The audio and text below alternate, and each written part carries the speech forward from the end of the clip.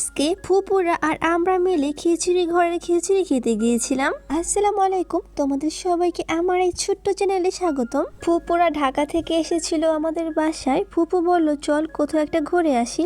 আমি বললাম চলেন তাহলে আমরা খিচুড়ি ঘরের খিচুড়ি খেয়ে আসি। তো যেই কথা সেই কাজ, আমরা এখানে চলে এলাম। দেখতেই পাচ্ছ আমার মেয়েকে হুডি পরিয়েছি আর আমার ফুফাতো বোনও হুডি পরেছে, কারণ এই ভিডিওটা ছিল শীতকালের। যাই হোক, জায়গাটা কিন্তু বেশ সুন্দর ছিল।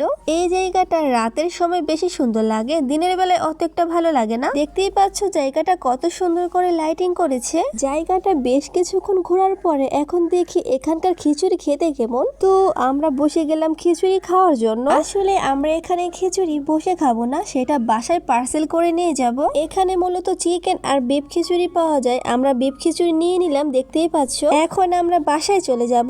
এই রেস্টুরেন্টের নামই হচ্ছে খিচুড়ি ঘর, আর এখানে ঢোকার সময় ছাতা ছাতা দেওয়া থাকে। ওই জায়গাটা আমার অস্থির লাগে। এই তো এখন আমরা বের হয়ে যাচ্ছি। এখান থেকে আমাদের বাসায় যেতে লাগে 15 মিনিট। বাইরে গিয়ে দেখলাম একটা খেলনার দোকান, সেখান থেকে আমার মেয়ে একটা লাইট নিয়ে নিল। লাইট নেওয়ার পরে কিছুক্ষণ দাঁড়িয়ে থাকলাম অটোর জন্য।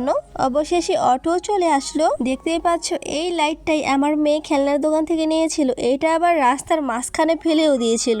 ভাগ্যক্রমে এই লাইটটার কিছু হয় না। আমার ফুফাতো বোন রাস্তার মাঝখান থেকে সেটা নিয়ে আসে। এই তো অনেকক্ষণ কথা বলার পরে বাসার সামনে চলেও এলাম। আর হ্যাঁ, একটা কথা বলি, বাসায় এসে আমরা খিচুড়িটা খেয়েছিলাম। খিচুড়িটা বেশ মজার ছিল, খুবই মাখো মাখো ছিল। তো আর কিছু বলার নেই, তোমরা ভালো থেকো, সুস্থ থেকো। আল্লাহ হাফিজ।